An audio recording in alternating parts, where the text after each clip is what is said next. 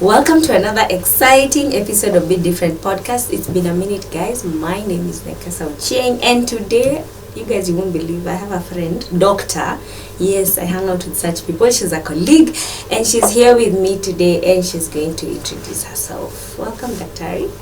Thank you, Nekesa, and thank you for having me in the Be Different Podcast. My name is Dr. BMS, Body, Mind and Soul. So I'm a clinical psychologist working at the University of Nairobi. I'm happy to be here. Karibu sana. So do I call you Dr. BMS the whole Dr. time? BMS, yes. Okay, welcome Dr. BMS. So today we are going to talk about anxiety. Why anxiety is, let me start with myself. I feel like almost always I'm interacting with people who have anxiety and they may not necessarily know it, or we may not necessarily know that we are acting out of anxiety or anxious thoughts and whatever. So I'm a mom of two, a wife, and I have an 8 to 5 job, and of course to biashara hapa na pale. And in 1 minute, I just asked a few of my friends to send me recordings of 1 minute in their minds, like what they think about. And of course, I did the same. And you can feel or hear in 1 minute how we are bouncing off from one side of our thoughts to the next in terms of, if it's not work, it's relationships, it's money, of course money, it's the kids, it's school, it's what.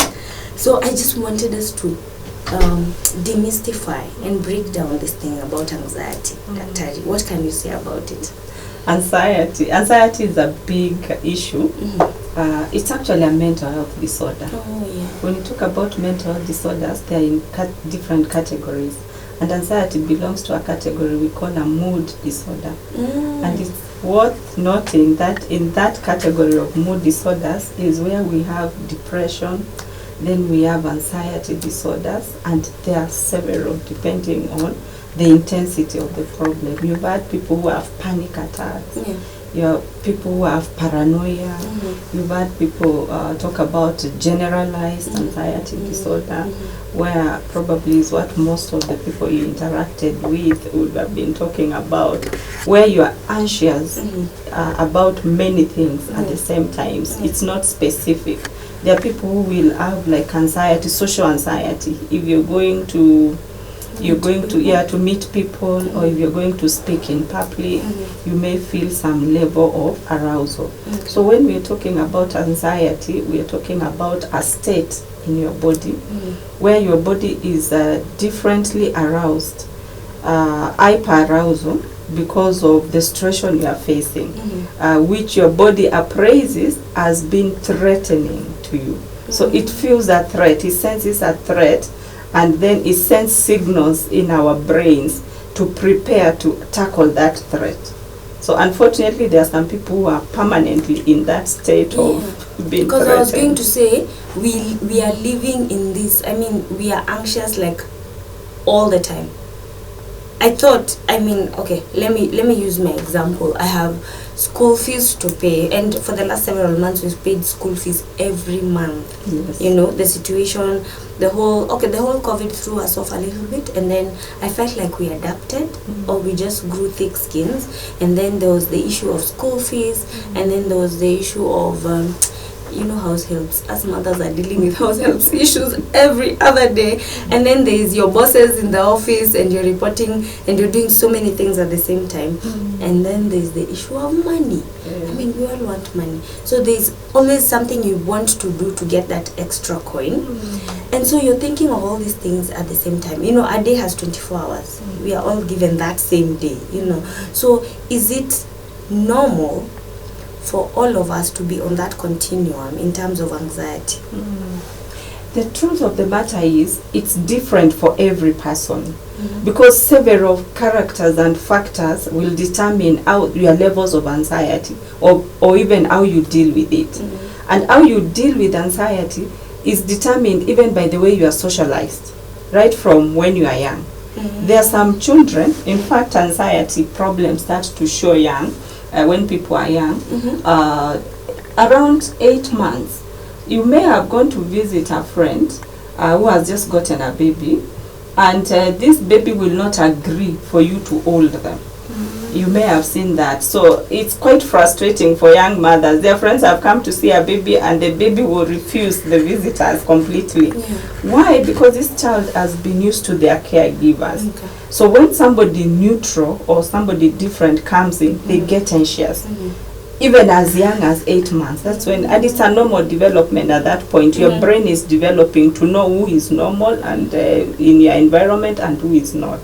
So as we grow and the way we are socialized around that time, you find some children who, when their caregivers are leaving, they will cry a lot. They are worried about that separation, being left behind. So that area, how that is taken up, we call it attachment at that point. How you get attached. If you are securely attached to your caregivers, if you feel your environment is conducive for you, it helps to bring down your levels of anxiety right from when you are young. Unfortunately, most of us, if you grew up, especially in the rural areas where we did, there wasn't a lot of care about whether you are being separated with the people. You just be beaten, shoved aside, stay there, your mother goes, somebody else is coming in. So how your body processes that information will build up onto how you handle issues later on in life. So the environment has a big role to play. Socialization has a big role to play. And the way your life generally turns up has a big role to play on how you handle anxiety. So people handle anxiety differently at different times. Okay. Thank you for that, Dr. There's something I was reading about generalized anxiety disorder, GAD, and I thought maybe that's where most of us fall. Like, is it generalized, right? It's generalized. Like now that's the one we are normal, we are living with, right? Is it that one, or they are different, like we are saying, depending on different things. Also your personality. So those who have generalized anxiety, it's common because it appears in all situations. You're going to the market, you're anxious about it. You're paying school fees, you're anxious about it. You're even having a party, you're anxious about it. Everything for you operates at an hyperarousal state.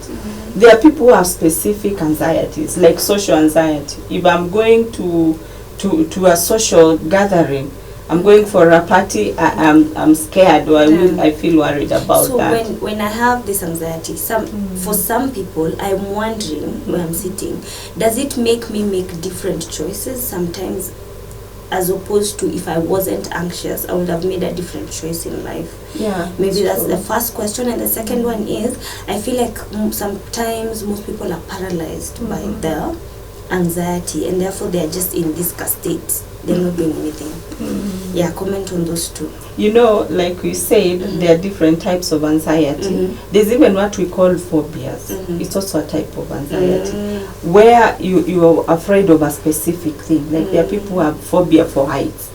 You can't take a lift, for example. You can't go mountain climbing. There are people who have a phobia even for animals, like you're scared of snakes or insects or something like that. We also have people who have panic attacks. That it's a heightened level of anxiety where it reaches somewhere like the paralysis you talk. It immobilizes you. You can't function when you have a panic attack. You even lose your breath. You're not breathing. Your heart is not beating well, because you've already gone into a panic. You're sweating. You passed out. So those are different levels of anxiety. And yes, depending on now the level of anxiety, like this person who has panicked and you're going for an exam, you're not going to perform in that exam because you're sweating, you're trying, you're hyperventilating, you cannot think, your thinking is clouded. So you may find a very good student who will not do well in that exam because they panicked at that particular point. Or you're going to do a public speaking to give a presentation, which is actually one of the highest, the commonest levels of anxiety you will get. And you will not give a good speech, even though you know your stuff, because of the panic, because of the anxiety, the levels of anxiety. So yes, anxiety affects performance, and most of the time it will lower performance. So what you probably would ask is, what do you do about it? Yeah, that was my next question. Yes. Like, so how do we curb either the levels of anxiety, if we can, or is there medication for those that are, over normal? Because do you agree with me that we are a society filled with anxiety? Yes, there's a lot of anxiety, especially when you talked about COVID-19. When COVID-19 came, nobody knew anything about it. And some of the things which fuel anxiety is just lack of information or misinformation. So when you're in this situation where you do not have enough facts about the situation, or the information going around is made in a way to make you panic, then that builds your anxiety levels, and that's what COVID-19, for example, did to us. And you also now start to appraise this situation, and when you appraise, you find that your life is threatened. Appraisal, you're doing it in your brain. You're looking at the situation, and your life is threatened. So it's your body's way of trying to cope with this situation to make sure that it survives. So it turns into a certain system. For it, in medicine, we call it the autonomic nervous system. It helps you to survive. So when that level is that high, then it becomes a problem, because you cannot go on for a long time. And it's for sure there are people who are in that level for longer times. Sometimes you need to use medication to bring it down. So there are drugs we call anxiolytics. They help you to reduce the level of anxiety. But even before you go to drugs, what can you do as a person? One of the main things is that appraisal system we are talking about. When you have a scenario, instead of going panicking about it, gather some more facts about it. Like, even if it's a thought in your head, like now you said we are paying school fees, for example. We have paid. Look at the situation of paying school fees. You may look at it and think, no, I'm not going to manage. Start looking around you. Yes, it's going to be difficult to manage. What can I do about it? What are the extra sources of income can I get? How can I stagger this?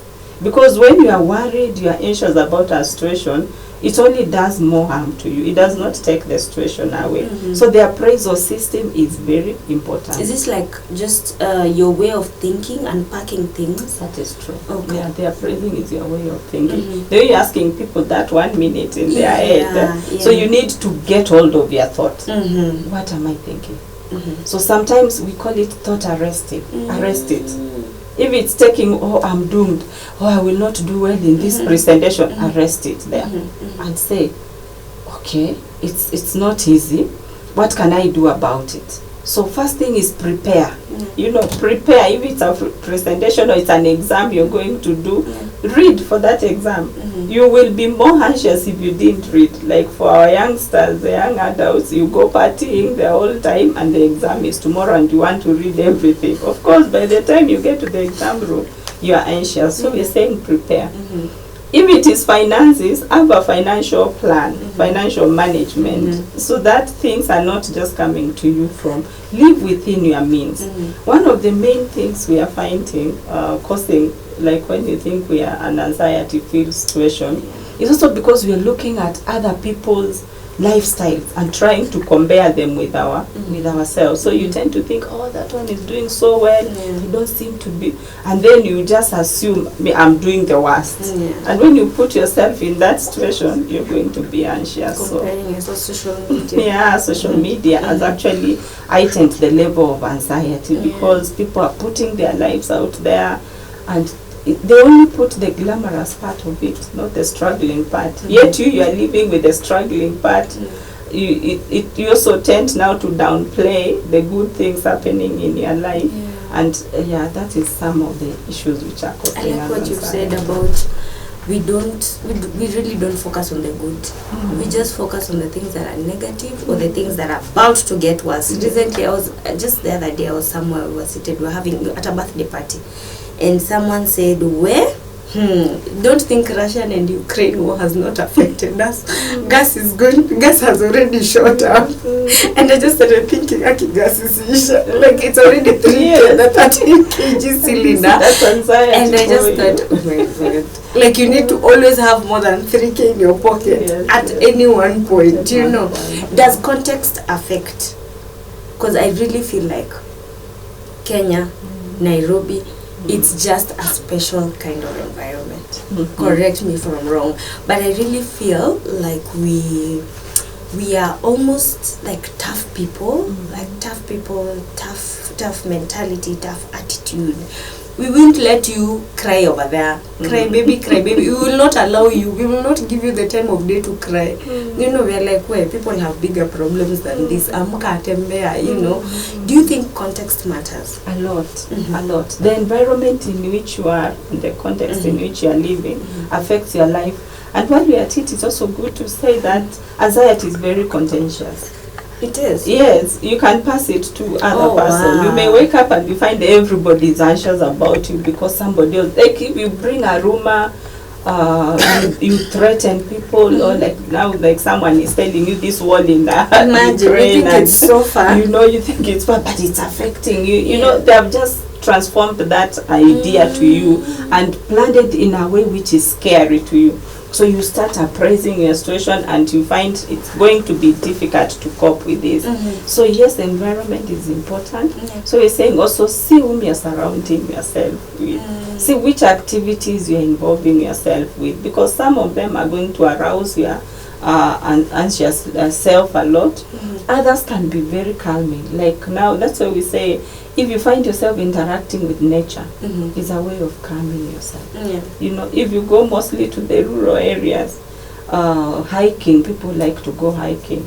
Those are ways of dealing with those anxious feelings. But if you are here overcrowded places, you are in a traffic jam, for example, you see the level of anxiety you get when you're on the road, and everybody else is running, and so that also gets you aroused and on the move, even when you really don't know where you are running to. Or what if you really ask yourself, where am I running to? It's just because everybody else is running, you don't want to be seen to be now the one lazing around. So environment and context, very important. Wow.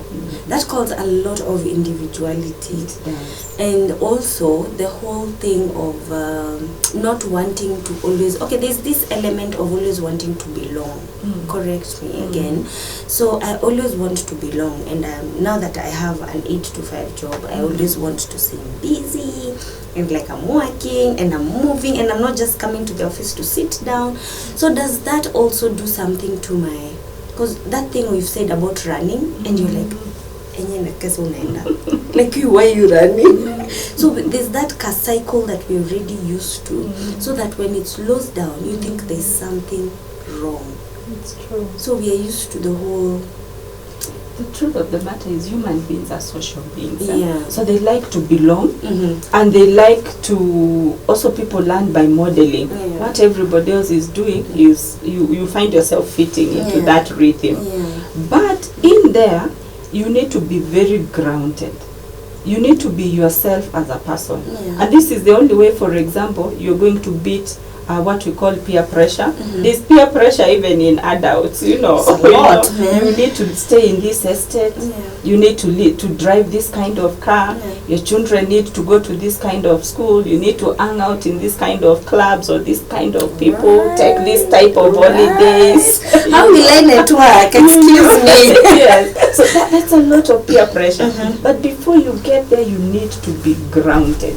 Deal with yourself as a person and really, what is my stability? At what point, where am I? It is acceptable. What is acceptable to me and what is applicable in my situation.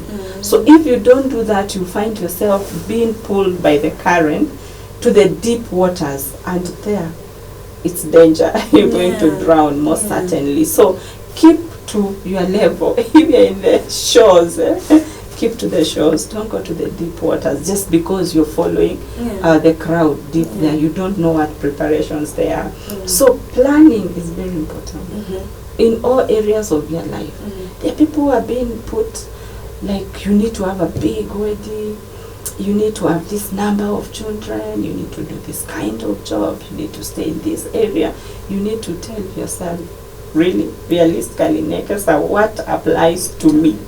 You know, what can I deal with? Otherwise, if you pack in your basket with all those things, that's where anxiety is going to come, because you want to belong to this club. And the only thing it does is to put expectations on you, expectations which are unable to meet, and then you accept those expectations and you take them and own them, and now you start reading that life of roller coaster. I've liked what you said about planning. I want to throw something to you. We are in Africa. Our African parents are very, very, like, you know, their voices are loud in our heads. They tell us everything. They dictate who we are, what to do, where to go, how much to go and where to work and all that. And then there's something about planning that you said. There's an element of when am I really an adult, and when am I able to stand up to my parents and say, you know, mommy, what, I want to go and do this. Whatever you want me to study, I'll go and do this. I want to go and work here, I will go and work here.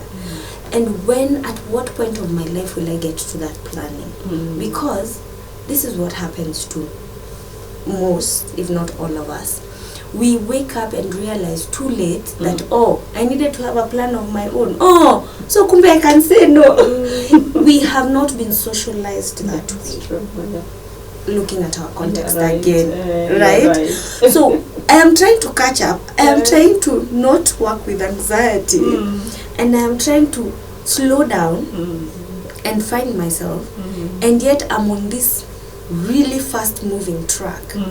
When do I put the brakes on it and you know, and there are bills and adulting is happening and all this, but when do I just slow down and say, like you said, Nekesa, you need to have a plan, right? Yes. When do I do that? As soon as yesterday. As soon as you realize. As soon as you realize. Socialization, like we said, is very important, and we have been socialized like that. But nowadays, with information, I think our parents knew and lived at different, if your parents are in my parents' age, well, they lived at different times, you know. So what was working then is probably not going to work wholesale now. There are many good things which happened in our upbringing, but there are many modifications which need to be done. So this, for as soon as possible, as you know, as soon as you can, as an individual. This also is very individualized. I realize you come into this realization. Please try to be your own person. Unfortunately, nowadays there are also children who are sticking to their children, to their parents. They don't want to leave the nest. You are at the comfort. You know, your parents have this big house, and now everybody is moving out. There are parents who want to hold you back, you know, stay with us, there's a compound, there's a big house, you can stay here. But realize then, when you stay within their wings, you have to work with their ideas most of the time, and they are not going to be your ideas. So especially for people, once you get stable, be willing to start from somewhere as early as possible. Unfortunately, don't want to start at the top. You know, your parents may be staying in high-end estates and you don't want to leave. Downgrade, go to where your level is and start from there, because it's always important. In fact, if you watch animals, for example, animals are very good at teaching us. You see, even chicken, at a certain point, they will chase away the chicks to go and vent for themselves. Even other animals, the cats, lions, they will teach their cubs how to hunt. And after a while, they throw them out. You know, you are thrown out of that family. You have to go and set up, look for your own territory and conquer. It's the same thing which is supposed to happen with the human beings. We need to disassociate, you know, disconnect a bit, disengage, yes, and start on your own. Start small and build yourself. So do not really be too enmeshed with your family. And we have seen that because it's going to slow down your thinking and how far you can actually rise. Test the waters and the horizons on your own. Thank you and welcome. What are you doing differently? So I know you threw out one, which is planning. So what can we do differently to at least, if not completely stop the anxiety, then reduce the levels of anxiety that we are operating in? Let me tell you why this really sparked my mind. Sorry, there's this issue. You enter anywhere. It takes a very small nudge to start a fight. Like, I just hit you and then I tell you sorry. You're like, where? Like, I'm just like, I'm sorry. But the other person doesn't want to hear of it because they're carrying a lot. People are just walking, but it's like zombies. We are not present. We are walking with 1,000,001 things in our heads. Like, if you see us, right? So what do we do to at least reduce, apart from planning? Like we've said, anxiety is actually a mental health problem. And if it's not taken care of, it will overwhelm you as a person and even hinder your performance. So we need to be very purposeful about ourselves. So there's one big thing which we need to do is to take care of ourselves. Self-care. Self-care is about you taking time to reappraise where are you and to reset your equilibrium. So normal things like sleeping well, take enough time to sleep. There are people who will not sleep because they are trying all around. Eat right, eat just a balanced meal. Self-care, take care of your body, groom yourself, meditate. Physical exercises, those are very important, especially physical exercise, because one of the ways we use to treat anxiety is what we call progressive muscle relaxation. Yeah, we teach you how to relax. We teach you how to breathe. We have breathing exercises. I talked about psychological interventions. We said keep healthy networks. It's important to interact with people, but in a healthy manner. And when it's overwhelming, seek professional help. We have professional counselors, psychologists who can take you through. Like the issue I was telling you of thought blocking, thought arresting, getting hold of your thoughts and, unpacking them and seeing what is really causing you anxiety. Then dealing with the issues which cause you anxiety. So if you realize you are a student and exams are causing you anxiety, prepare. Attend classes, take time to go through your work, do your assignments. If you are working and you have these deadlines to meet, organize your work. We're also talking to employers to have activities within the employment industry, because it's one of the areas which causes a lot of anxiety. Activities there which can like team building, which can enhance stress management strategies, which can help to reduce your stress levels. Healthy relationships are very important. So these are things which you can use to help yourself lower your anxiety, because anxiety is not something you can run away from. You are not going to run away from it, but the way you deal with it, by recognizing your sources of anxiety, and then you identifying the anxiety arousing areas and situations, and then also being able to identify when you are getting anxious, because there are some symptoms. Sometimes you may even feel your heart beating. You're in a situation and your heart is beating. Then you need to do something about that. Like if you've learned about breathing exercises, you can take a deep breath and out. That helps to put in fresh air in your body and get out the negative energy. And if you do that about 3-4 times in a day, you find yourself calming and relaxing. So you need to be able to identify even if you're having a discussion with somebody and it's causing you anxiety, sometimes you may feel something sweat in your palms, or you may feel you're sweating, beginning to sweat. You need to take a break from that situation because it's arousing your anxiety. You're breaking that cycle. Take a break. Take a breath, and I think it would be important to practice some deep breathing here. Okay. So that let's do it. Excuse me. It's part of the way. So you sit comfortably, and you put your arms on your this is supposed to be a diaphragm, but the upper stomach. And once you're seated there, you take a deep breath through your nose. You hold it for 5 counts, and then you breathe out quite slowly. Good. Relax a bit. You can do that again. So good. Yes, again. In. Hold. Out. Thank you. It's relaxing. It's something you can do even when you are standing, when you're even in a crowd, you're in a lift. It's something you can breathe in and out.